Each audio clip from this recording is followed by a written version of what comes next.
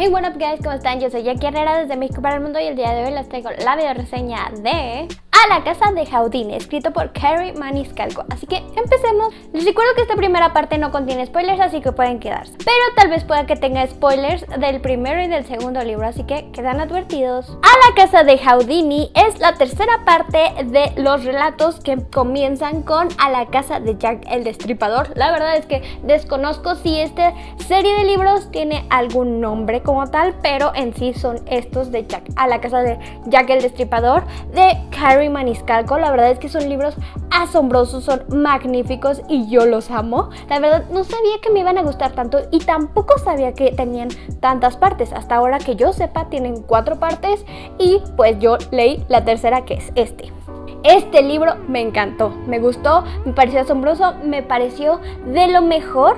Pero debo admitir que este libro es el más flojo.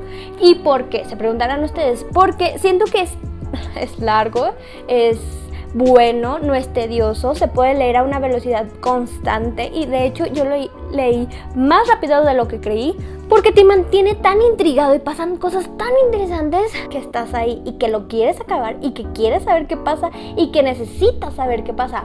Pero en realidad, a decir verdad y siendo muy honesta, este libro es más flojo que otros por su desenlace que por cualquier otra cosa. En realidad este libro es flojo por su desenlace. Siento que el cómo termina la resolución del problema, él o la culpable, ese personaje que resulta ser el villano, digámoslo así, es lo malo. ¿Por qué? Porque no siento que tenga la relevancia que debería tener un villano. Así se los digo.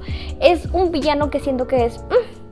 que en la imaginación y mientras lo desconocemos es asombroso, pero en la realidad y a la luz del sol es... Ahora, todo lo que construye Kerry Maniscalco en este libro te lleva a las nubes. Tú quieres leer y leer y leer. El misterio es tan fabuloso y tan interesante que dices, es que yo ni siquiera puedo descubrir o pensar o imaginarme quién es. O sea, la verdad es que no te dan esas pistas como en otras ocasiones.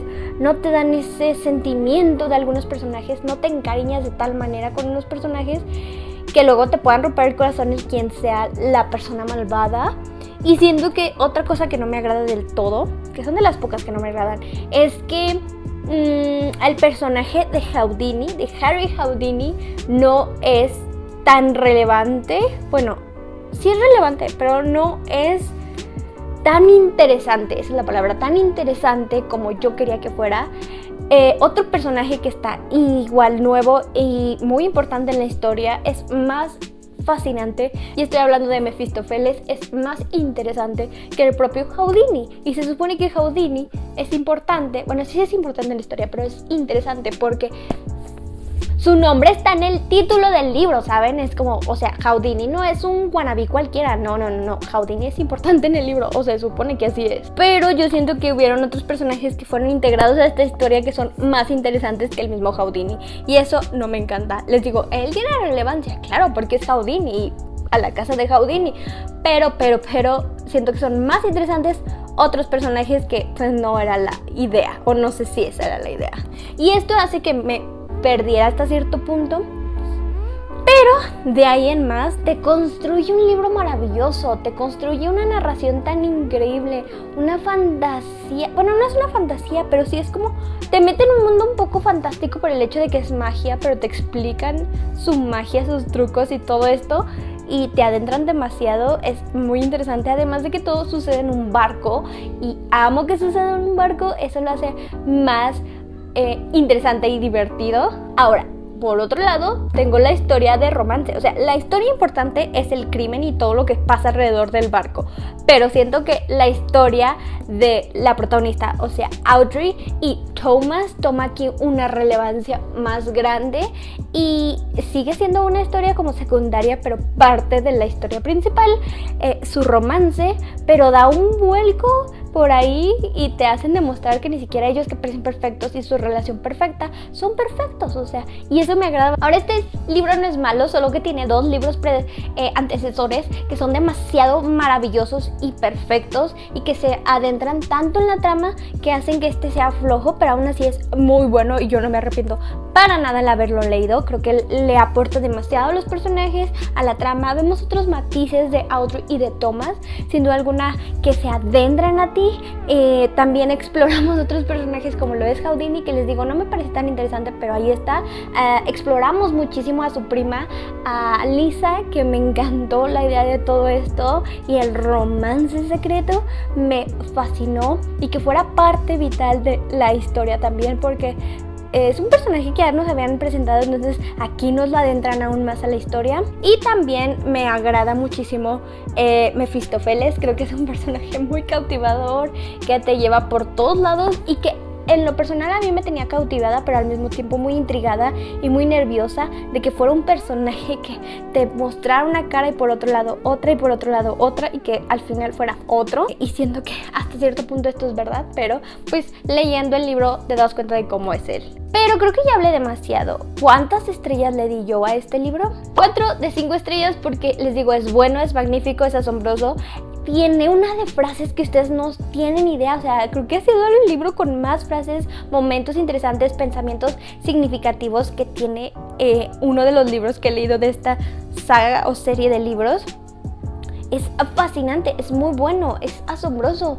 Creo que si no esperas tanto te va a cautivar aún más, pero tampoco es el mejor. O sea, la verdad es que sí tiene rivales bastante altos en cuestión de nivel de lectura, que hace que este baje un poco, pero es bueno. Pero bueno, ahora les hablaré con muchísimos spoilers, así que quedan advertidos. La verdad es que al principio, cuando estábamos como investigando todo lo del caso y cuando veíamos como que podría ser tal, no podría ser él, podría ser Houdini, no podría ser Houdini, creo que debo admitir que hasta cierto punto yo no sospeché en ningún momento de Houdini, porque me parecía absurdo.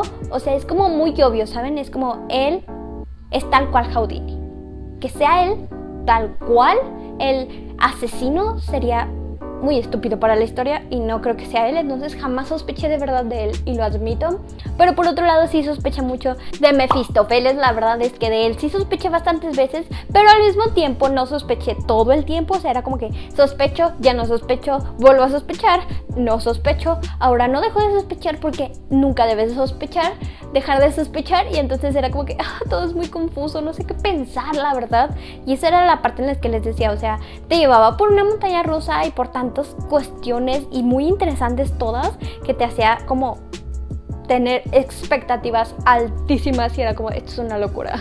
Ahora, Mefistófeles me parece un personaje tan cautivador e interesante, que me agradó mucho que metían este triángulo, semitriángulo amoroso entre Thomas, Audrey y él. Me parece muy interesante, porque la relación entre Audrey y Thomas ya me parecía asombrosa y la amaba y me encantaba, es de mis parejas literarias favoritas. Pero el hecho de que metían este tercero en discordia y que hiciera como de las suyas ahí, y que fuera tan sinvergüenza, y que no lo sé, y que así se enamorara hasta cierto punto de ella, fue muy interesante, e hizo que la relación tambaleara, y que lo que parecía perfecto no lo era, y que ni tú te debes creer que todas las cosas y la relación deben ser perfectas, como ellos tampoco deben.